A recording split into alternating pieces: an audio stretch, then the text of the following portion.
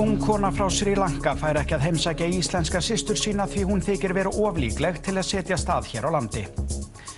Ung kona frá Sri Lanka fær ekki að koma til Íslands í vikuheimsókn til systur sinnar því hún þykir vera of líkleg til að setjast að hér á landi. Útlendingastofnun og utanríkisráðuneytið hafi gefið þau svör að þau geta ekki garfað í einstökum málum. Erla Björg Gunnarsdóttir. Síðasta sumar leitaði Brynja Dan Gunnarsdóttir uppruna síns í Sri Lanka, þaðan sem hún var ættleidd til Íslands þegar hún var ung barn. Brynja og yngri systir hennar, Dilmi, náðu vel saman og var fljótlega ákveðið að Dilmi kæmi til Íslands í heimsókn 7. til 13. febrúar. En hún ekki komin enn því hún fær ekki vegabréfsáritun.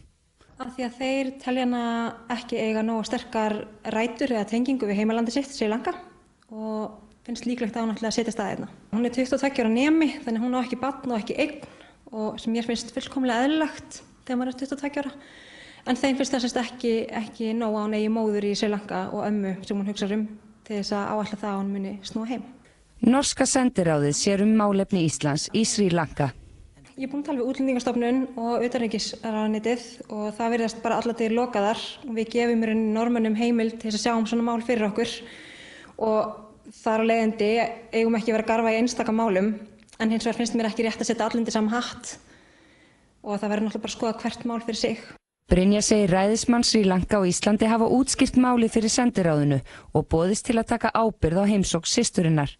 Einnig hefur systir hennar farið langa leið 4 sinnum til að skila gögnum og fara í viðtal hjá sendiráðinu, en það hefur ekki dugað til. Hún rosalega leið og þetta fyrsta flugið hennar, hún aldrei ferðast, aldrei farið í flugvél, þannig hún var rosa spennt. Brynja segir undarlegt hversu lokað landið fyrir fólki frá Sri Lanka. Það til eitthvað sem heitir ferðamannavísa, en það það fólk sem búið að bóka ferðir og hótel og gistingu og það sýnt fram á bara nákvæmlega hvað það ætla að gera og hvernig það fara heim, en það greinilega mjög erfitt að heimsækja ættingja. Þú áttir ekki erfitt með að fara til Sri Lanka? Nei, ekkert mál, bara 60 evrur og fylgdi eitthvað skjál á netinu og þá það bara ágreitt mál. Manni frá Sri Lanka meinað að koma til Íslands að heimsækja dóttur sína sem hann á með íslenskri konu því hann fær ekki vegabréfsáritun. Maðurinn sem starfar í banka í London og hefur verið búsettur þar síðastliðin ár hefur fengið þau svör að hætta sig á að hann setjist að á Íslandi. Erla Björg Gunnarsdóttir segir frá. Í fréttum okkar í gær var sagt frá ungri konu frá Sri Lanka sem fær ekki að heimsækja íslenska systur sína á Íslandi. Norska sendiráðið í Sri Lanka sér málefni Íslands og veitir henni ekki vegabréfsáritun því hún talin of líkleg til að ílengjast á landinu. Íris Eva hefur svipaða sögu að segja. Hún kynntist barnsföður sínum sem frá Sri Lanka í London og þau eignuðust hana Evu saman. Leiðir skildi og mæðgurnar búa nú á Íslandi.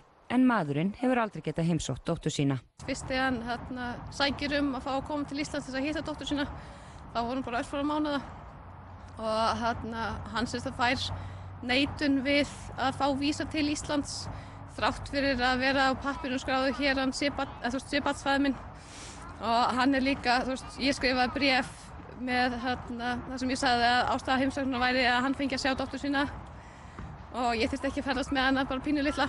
Barnsfaðir Írisar skilaði gögnum sem sýndu fram á hann væri vel stæður og í fastri vinnu í London, en hann var talinn of líklegur til að setjast að á Íslandi, enda ógiftur og eignalaus í Sri Lanka. Hann í rauninni getur sýnt fram á það að hann aldrei bakki á íslenskt samfélag. Hann vinnur núna sem yfirmaður í alþjóðabankanum HSBC í London, en hann fær samt ekki skrifað upp á vísa til þess að koma hingað til Íslands. Maðurinn hefur aftur reynt að sækja áritun og þá sem ferðamaður á hóteli, en fengi höfnun af sömu ástæðum. Þetta hefur að sjálfsögðu haft áhrif á samband feðginanna. Raunin alltaf að kynnast henni þar sem að hún ekki sínu umhverfi. Hún svolítið rifin upp með sínum rótum og bara hent út í eitthvað umhverfi sem hún kannast ekkert við. Svo sem orðin kannski vönd í núna, við höfum alveg farið nokkur sinnum út til hans til London og hún alveg vön að vera þar. En það aldrei eins, börn alltaf best þegar þeir eru heima hjá sér. Og hann hefur aldrei komið á sérleikskólann hennar eða bara hennar umhverfi eins og hún Útlendingastofnun gaf ekki kost á viðtali í dag en veitti þær upplýsingar að reglurnar sem farið eftir við útgáfu vegabréfsáritana séu þær sömu í öllum Schengen-ríkjunum enda gildi slíkar áritanir inn á allt Schengen-svæðið.